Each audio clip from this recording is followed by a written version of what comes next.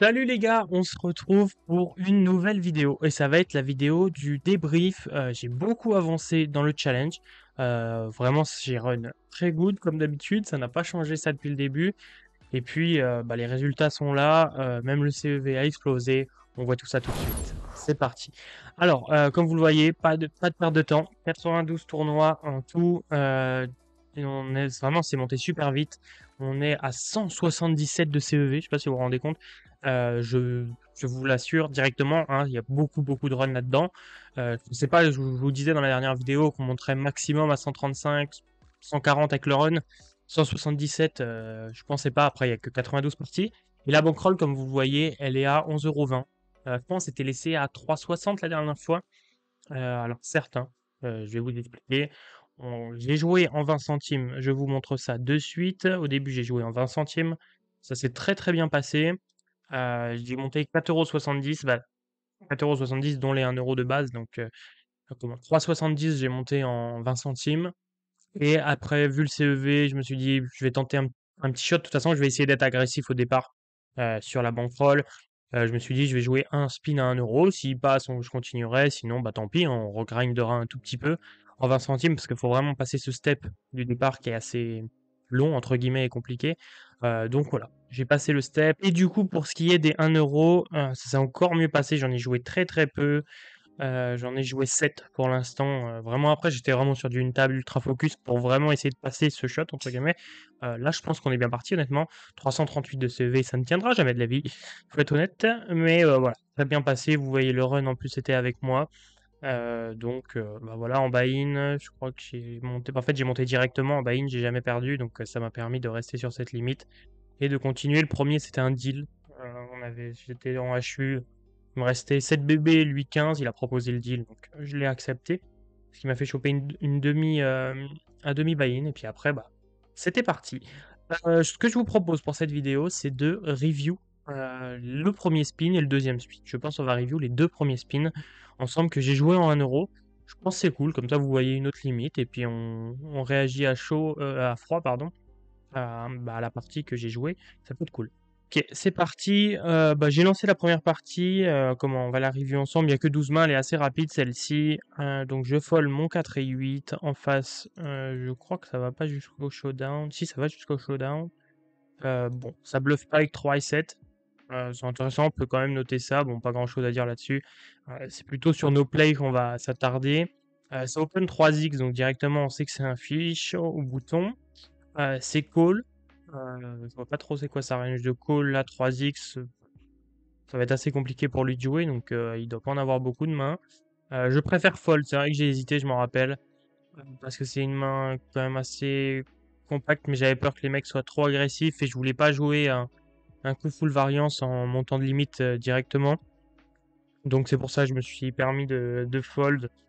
Le call me va aussi en vrai de vrai, parce que vous devez mettre 2 pour gagner 9, donc ça va, vous avez une main quand même qui est jouable, mais je préférais me méfier. Le flop venait 2, 3, 8. Je crois, ouais, voilà, ils ont été super agressifs, si je me souviens bien. Ça va, mais sur le flop, ouais, quand même super agressif. Avec As-3, c'est vrai, et lui, Valet-Dame. Voilà, bon. Comme ça, vous avez un peu les idées des mains qu'ils ont jouées. Ici, là, on est déjà plus que lui, 12 deep, nous 15 deep, et Mixou, 22 deep.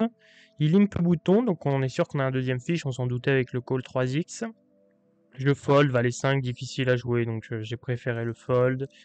De leur côté, ça commence, ça ne bluffe pas. J'avais pris la note. C'est vrai que là, j'ai pas mes notes.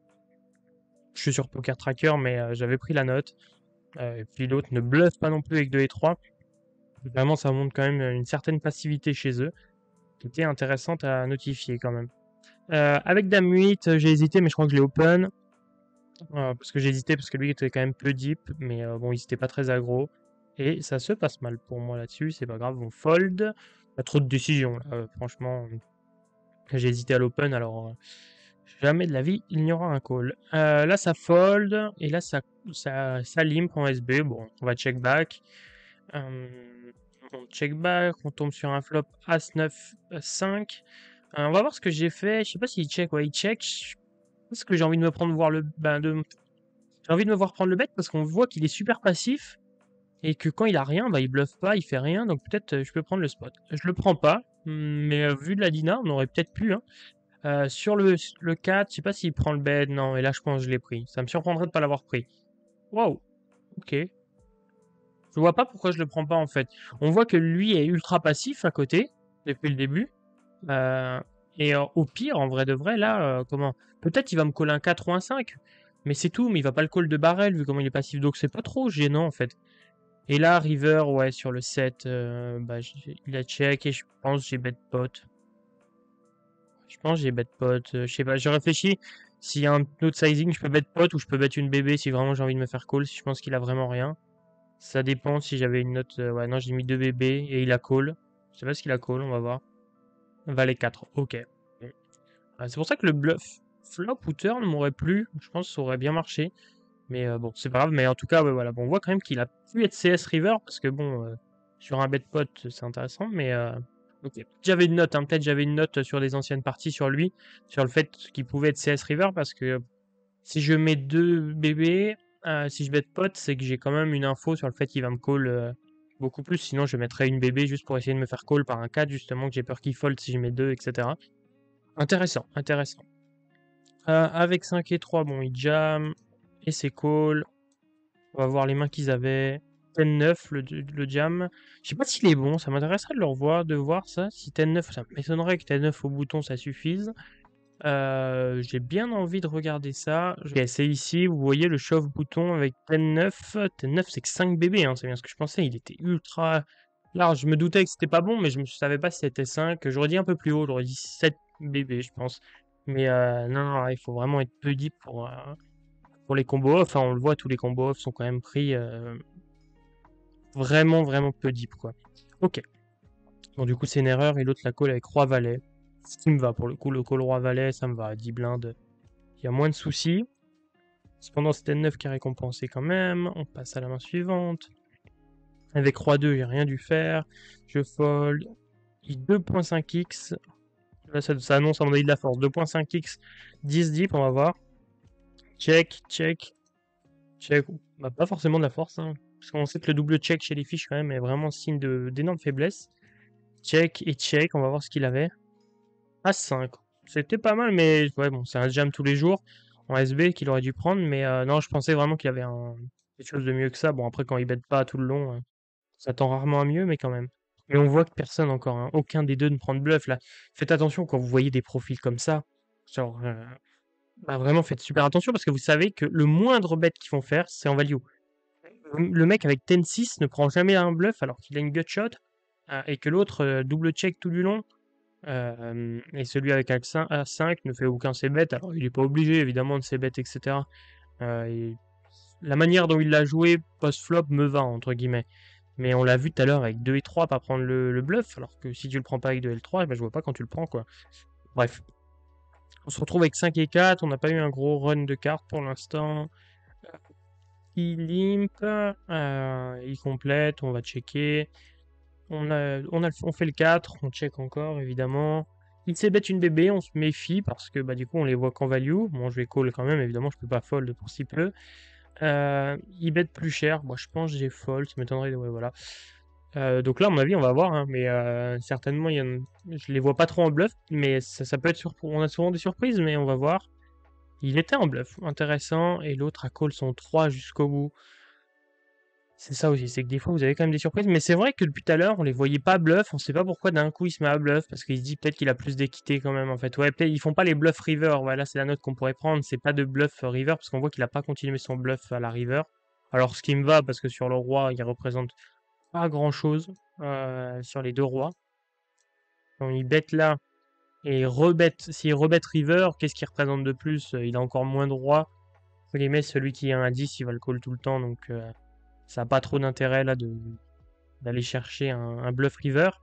Mais sur tous les spots tout à l'heure avec 2 et 3, j'aurais bien aimé revoir le spot avec 2 et 3. C'était la première main, hein, si je me trompe pas.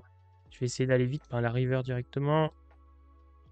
Ah non, 3 et 7. Ouais, 3 et 7 là, il avait.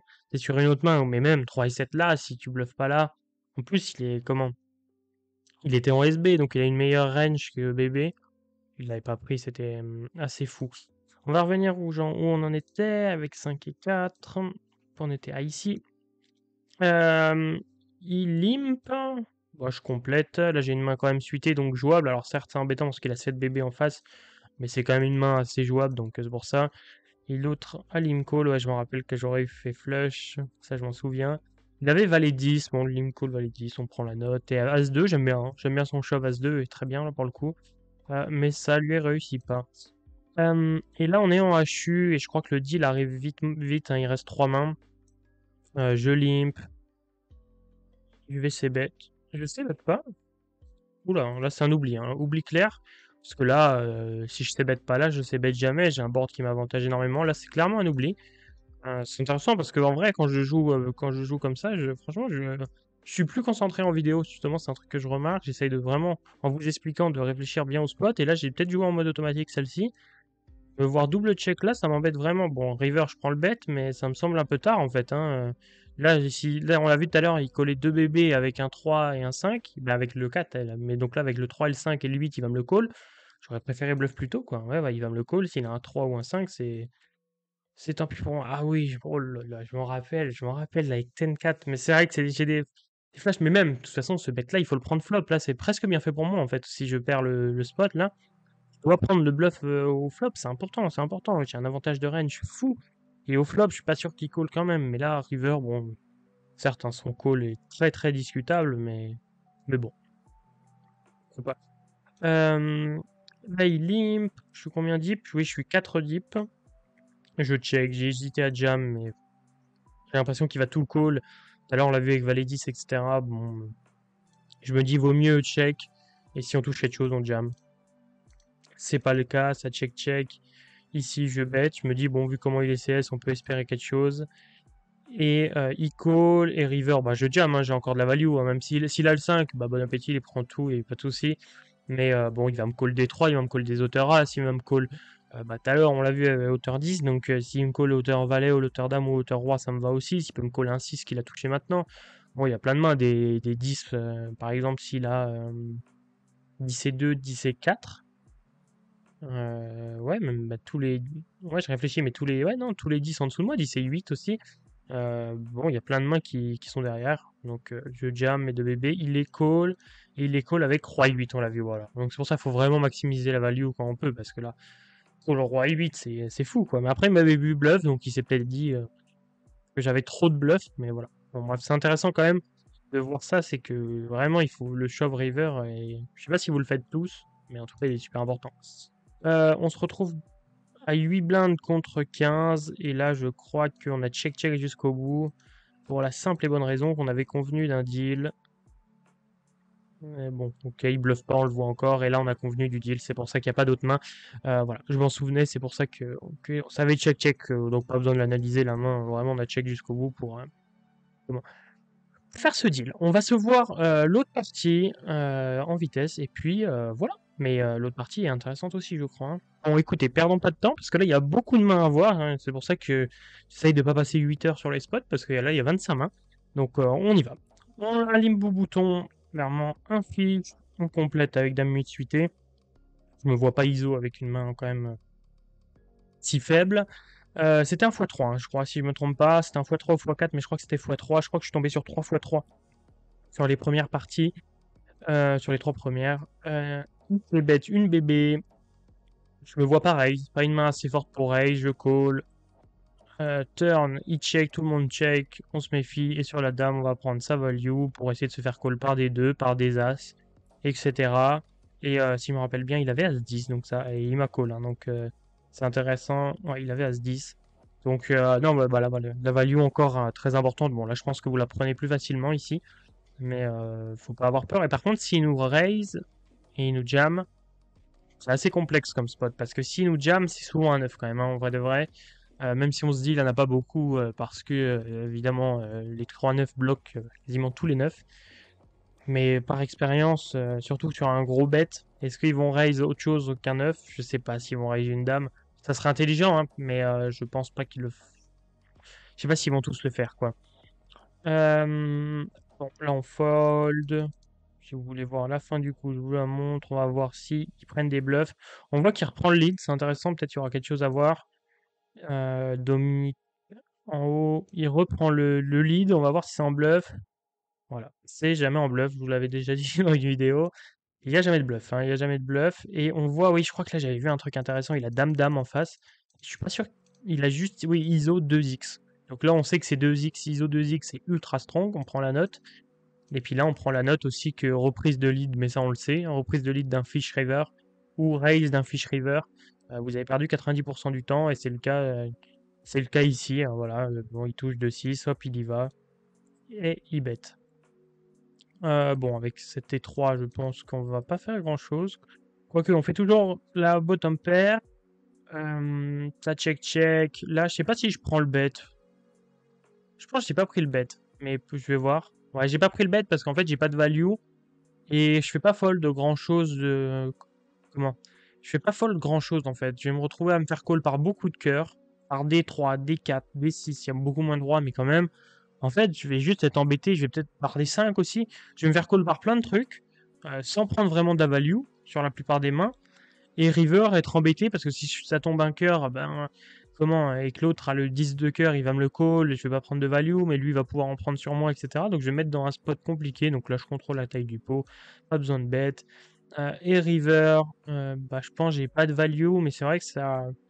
On va voir s'il bet. Non, il n'y a pas de bet. Donc, j'ai pas de value, mais d'un côté, tout à l'heure, il a call hauteur as, Dominique, là-haut. Donc, on pourrait presque poser une bébé. Je l'ai pas fait. Je sais pas, je me pose vraiment la question. Et lui, il a check back son roi jusqu'au bout. On voit quand même des moves assez spéciaux. Mais je crois que j'ai hésité, si je me rappelle bien, de vouloir mettre juste une bébé. Parce que je me suis dit tout à l'heure, il call hauteur as, donc peut-être il peut se réchauffer avec des hauteurs as, des trucs comme ça. Et je le voyais jamais avec un roi dans ce spot, ni un 4 qu'il aurait toujours bet, de toute façon. Un 6 ça aurait pu être probable, et un 3, bon, quelques fois, mais on partageait sur quasiment tous les 3 sauf as 3. Donc en fait, ça, c'était mon espoir, c'était ça. L'espoir, c'était juste de me faire call, comment? Soit par un 3 et on partage, soit par une auto as. Donc c'est pour ça que je crois que j'ai hésité. Un limp bouton, mais là, lui, il est déjà plus que 10 deep. Mais j'ai pas complété avec cet S5, ça me va. Donc là, on voit qu'il a pas assez bête, c'est intéressant. Et on voit qu'il reprend. À part une dame ou un valet, là, il y aurait toujours eu un bluff. Normalement, on va voir ce qu'il avait. 2 et 3, voilà, c'est catastrophique. Zéro bluff, hein, zéro bluff de son côté. Et lui, valet 3, ça me va de l'amener au showdown ici. Il se fait battre que par des dames, donc ça me va. Par contre, son 2 et 3, ça me va clairement pas de pas prendre de bluff flop, turn ou river. C'est une catastrophe. En plus, parce que flop, il a un avantage de range fou. Turn, il récupère de l'équité. Et river, bien, comment, Dominique n'a plus rien, quoi. Donc vraiment, il peut prendre le bet n'importe quand, c'est bon, quoi. C'est ça le qui est ouf. Je fold mon 9 et 6. Ça me va, évidemment. Bon, on n'a pas des grosses mains. Bon, là, je check back, évidemment. Il s'ébête pas. Voilà, en fait, c'est ça, c'est que j'ai vu le spot d'avant. Il s'ébête pas. Sur un board comme ça, où il avantage tant. Il a pas ses bêtes quand il avait rien. Bah, alors je me dis, vas-y, je vais prendre le bet tout de suite. D'en perdre. Avant qu'il y ait des cartes qu'il peut toucher, parce qu'on sait pas. Mais s'il a, par exemple, 4 et 8, il est devant moi. Bon, alors certes, on risque de partager. Mais il peut toucher son 4, son 8, etc. Puis après, c'est trop tard pour le bluff. Que là, il a jamais le roi, jamais l'as, parce qu'il en aurait chauve une énorme partie. Moi non plus, hein, j'en ai pas, mais je pense qu'il s'en fout. Hein, il avait l'air d'être tight. Et puis quand il a rien, il bluffe pas. Ben, il sait comment. Il bluffe pas, donc voilà, il me dit clairement qu'il a rien, donc je fonce, hein, clairement. Je fonce, je prends le bet, voilà. Alors faut pas le faire tout le temps, hein, ça, parce que c'est quand même. Si lui a conscience qu'on a aucun roi et aucun as dans ce spot, évidemment, c'est pas très intéressant. Mais quand on voit que le mec est passif et qui comprend pas grand chose, on peut y aller. Il limp 7 deep, je pense j'ai jam, moi, 5 suité, ouais, ça me va. Et il fold, passif, hein, on le voit, il limp, fold, bouton. 6 deep, on prend la note, évidemment. Là, as de suité, je me vois bien le jam, ouais. Lui, certes, à 13,5 en blinde, mais bon, ça me va quand même contre 13,5. Mais l'autre à 5, bon. Et puis en plus, il est tight, donc il va fold encore plus. Il me call, et je sais plus avec quoi. Il me call avec 9-9, bon. Et on a de la chance sur ce spot, ça faisait plaisir, hein, c'était important. Et on va se retrouver en HU pour quelques mains. J'ai les As, il fold, bon dommage. Avec cet E2, CT2, j'ai open. Ça me surprend. Pourquoi j'ai open CT2? Je me vois faire des moves des fois, mais 7 et 2, pourquoi j'ai open 7 et 2? Parce que même si on a des infos sur le fait qu'il est tight, etc. Alors, sauf si vraiment j'ai la note fold 2 vs 2x, hein, c'est fort possible, mais ça m'étonnerait. J'irai voir sur BetClick tout à l'heure si j'avais la note, parce que là, ça me surprend fort quand même. Parce que, en fait, ça me dérange pas, hein, 2x beaucoup quand le mec est passif. Alors, certes, avec des mains, voilà, j'ai 10, même 10-7 off, ça me va. Par exemple, des mains ou 9-7 off. Je sais pas, même 8 et 6 off, ça me va, parce que c'est jouable. Mais là, 7 et 2, c'est une ça me semble quand même, faut vraiment que le mec fold trop. Alors peut-être j'ai une note, je regarderai. Mais on va voir si je continue de faire ça peut-être après. Il fold. Après, ah non, ok, je me souviens. Ouais, je me disais quand même, c'était fou. Non, mais oui, à mon avis, le mec était absent. C'est ça qui justifie. Le mec était absent, ça se trouve, il n'y a plus d'HU en fait. Et ouais, ouais, le mec fold de tout parce qu'il est absent. Et là, il est revenu. Non, mais oui, c'était ça. Je pense que le mec était absent, ouais, parce que je me suis dit quand même, non, non, il devait être absent. Je sais bête. J'aime pas trop mon c'est bête. Je pense qu'une bébé suffit. Pourquoi mettre un 40? Je sais pas. J'ai eu toujours cette idée aussi de. Si le mec était absent comme je pense que c'était ça. Je me rappelle que sur une des parties, il y a un mec absent, ça doit être ça, parce que je me vois pas raise 7 et 2. Je me vois bien raise, hein, des fois, contre des mecs vraiment passifs, mais pas 7 et 2, jamais. Surtout 10 deep, quoi. Encore 25 deep. Pourquoi pas, on peut envisager, mais là, non. Mais là, je pense que j'ai ces bêtes chères, parce que souvent, quand les mecs reviennent et ont perdu la moitié de leur stack juste parce qu'ils étaient absents, tout de suite, ils sont plus aggro, ils se disent, bon, tu vas les bluffs comme tu fais que 2x depuis le début. Mais là, on voit que non, pas du tout, du tout. Euh, Intéressant. Bah, il call quand même. Et là, je jam. Bon, après, le jam me va, hein, mais il fold directement. Mais ouais, c'est juste que, en fait, j'ai pas une main assez forte pour m'amuser à faire des trucs comme ça. Ok, bon. Main suivante avec mon valet 9. Bon, je sais pas s'il va jam. Il fold. Peut-être il était re-absent. C'est ça qui. Je jam, il fold. Il fold. Ouais, il était re-absent, je m'en rappelle. Je jam. Il fold. Là, je vous avoue, j'en ai profité, hein. Euh, Comment? Le mec est absent et surtout, bah là, c'est pour le challenge. Ça me booste total. Donc, j'en ai profité. 2 et 5. Il a fold, mais en fait, là, je crois qu'il a fold jusqu'au bout. Je crois que je me suis fait quelques frayeurs en plus. Ouais, et là, il a eu de la chance là-dessus sans être là. Ah, là, il refold. Là, je rejam. Il regagne. Je crois que j'arrivais pas à le terminer. C'était le premier. C'était bien ça. Je jam. Il a fait son 7 et son 9. C'était beaucoup de flips perdus. Là, il était revenu. Il me call. Il me call. Et là, il regagne au river. Oui, voilà. Là, j'ai cru craquer. Quand je le vois revenir et qu'il revient aussi bien, il était à 5-6 même plus que les flips. J'étais souvent devant. 5 flips gagnés. C'est pas grave. Là, je rejam mon As-9. Je crois que ça non, ça passe pas par lui, pour lui, là? Non, là, ça passe plus. Voilà, bon. Là, c'était bon. Mais bon, je me rappelle avoir fait des frayeurs. Bon, en tout cas, ouais, il était absent, le HU était moins intéressant, mais ça reste que les spots étaient quand même sympas. Surtout les premiers, j'ai trouvé ça plutôt bien à revoir. J'espère que cette vidéo vous a plu. Hop, on se met en cam plein écran. J'espère que vous avez appris des choses, hein, c'est le but. Et là, vous voyez, comme vous l'avez vu, on est monté en limite et ça fait plaisir en vrai, hein. On va essayer de tenir cette limite. Je vais jouer une table au début, etc. On va monter très progressivement. On va bien grind en 1 euro maintenant. Et puis, si ça monte plus, je vous tiens au courant et je vous referai une vidéo pour vous faire un débrief. Mais en tout cas, on a passé la bankroll, je suis en train de le remettre. On a passé la bankroll de, comment? De 1 euro à 11,20 €. Je vous remontre ça tout de suite, parce que ça peut être intéressant pour vous. Hop, quand même. Là, vous voyez quand même la bankroll qui a bien augmenté, hein, vraiment. En 92 parties, bah, c'est là vraiment la bankroll la dernière fois. Il fallait rajouter 1 euro, là non. Là, j'ai changé la formule pour que vraiment le 1 euro soit déjà pris. Ça, c'est vraiment ma bankroll en ce moment, 11,20 €. Et on voit que purée, c'est monté super vite en buy-in. Et en plus, en 1 euro, bah, en fait, en 1 euro, ça s'est trop bien passé en fait. Déjà en 20 centimes, ça s'est bien passé, ça m'a permis de me lancer, mais en 1 euro, ça s'est très bien passé. Bah, presque 6,5 buy-in en cette partie, c'est royal. Donc, super. Super.